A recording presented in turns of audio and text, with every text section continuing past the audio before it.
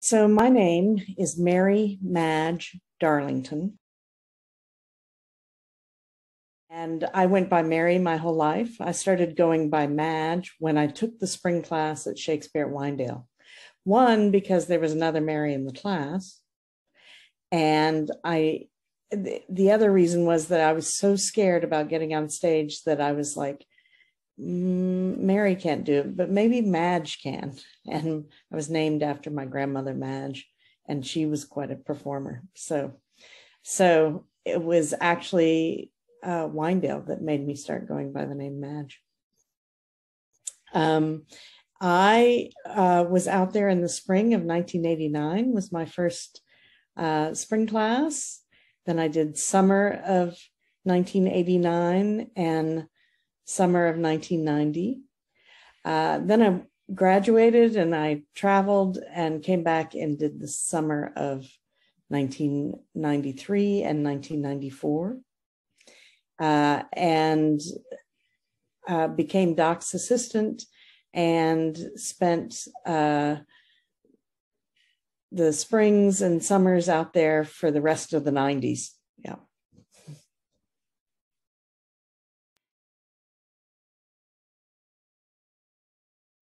If I had to use one word, discovery.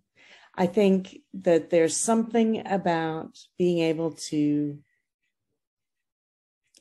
get away from the university, from the more formal university, be in a smaller group of people, be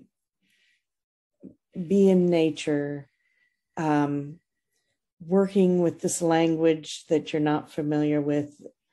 I think that there's just a constant sense of discovery that happens out at Shakespeare at Winedale. And it's students discovering things about themselves, their strengths, their weaknesses, and it's making discoveries daily as you're working on the plays, discovering understandings and discovering nuances in scenes, discovering your character, finding your character,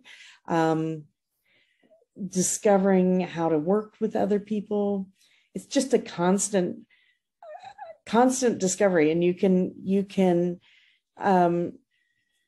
it feels like living a whole lifetime in one day, and you can be really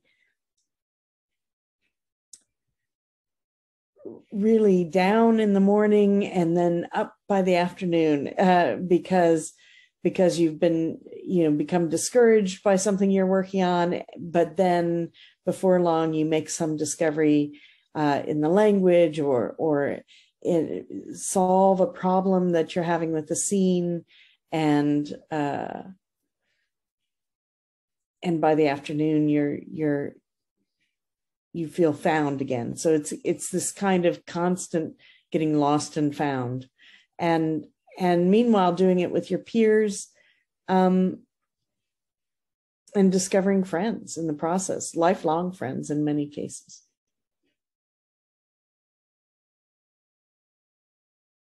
One of my favorite Shakespeare at Winedale memories was in 1990 when I was part of the summer class, and the reunion class for the 20th reunion of Shakespeare at Winedale came out. And I had a hard time finding my people at UT at first. But this reunion class came out, and it consisted of people from the 1970s and 1980s that had participated in the Shakespeare at Winedale program. And I was just so blown away by their enthusiasm and their verve and their sense of life. I mean, they were all nervous. They were coming out to work on Comedy of Errors, so they had a lot of nervous energy, but they immediately felt like family. I was like, oh, these are my people. And it was just exciting to not only have relationships with the people that were in my summer, the cohort of 1990, and to learn and to get on with those people. I mean, I'm still weekly see people that I met out in 1990. But then to have this other group of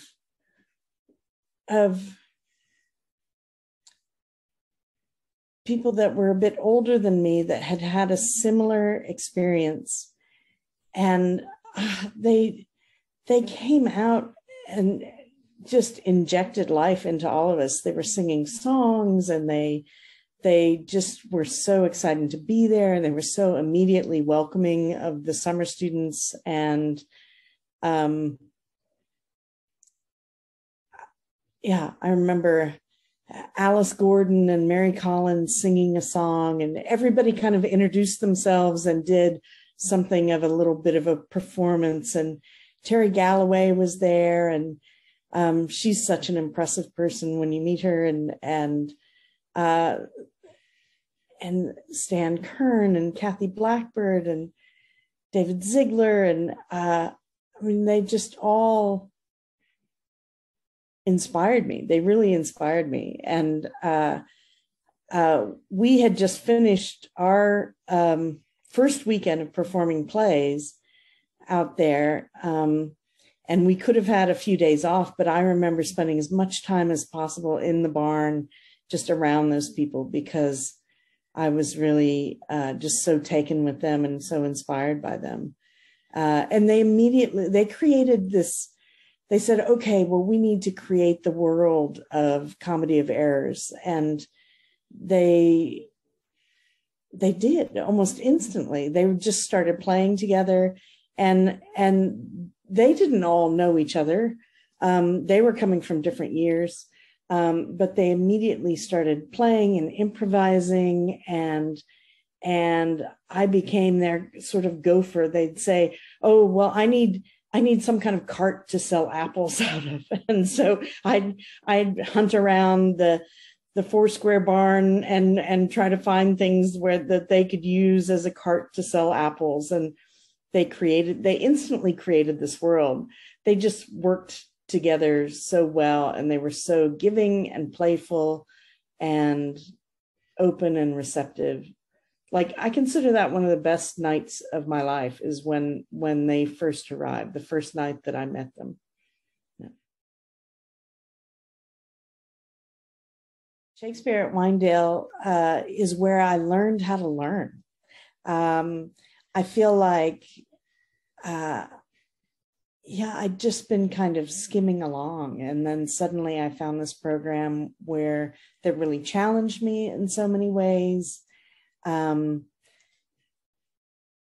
had tried to read Shakespeare in college, and it just didn't stick with me. But this idea of discovering Shakespeare through performance, of getting on your feet and working on it, that really spoke to me. And having, it's like the difference between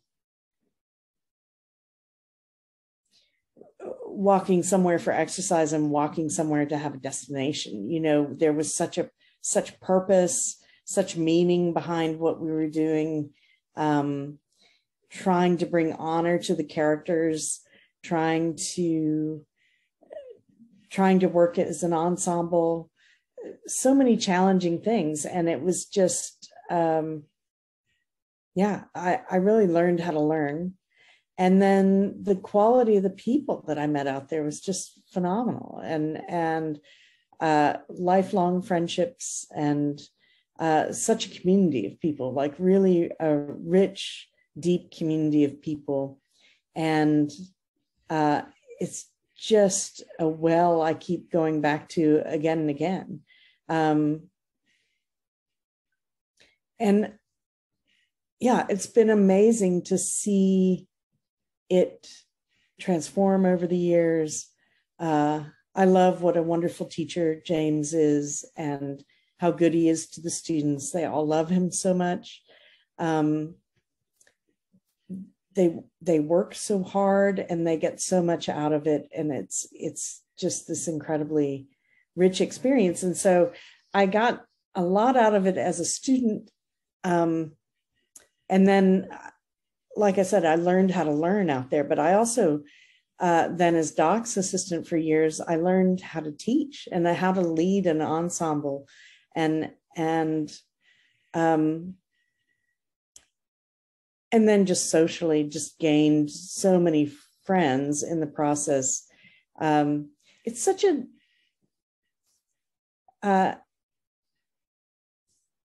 it's such a rare experience that you get that somebody pays for your meals, and you're taken out of your kind of concerns of everyday life, and you're given time and space and company to create. And that's a really rich experience. And there's a lot that goes on behind the scenes to make that happen for each class each summer. And I just think it's a rare experience that people won't have many more times in their lives. You know, this rich residency where you're expected, but also allowed the time and space to make discoveries as an artist and as an ensemble member. It's really rare and it's really valuable.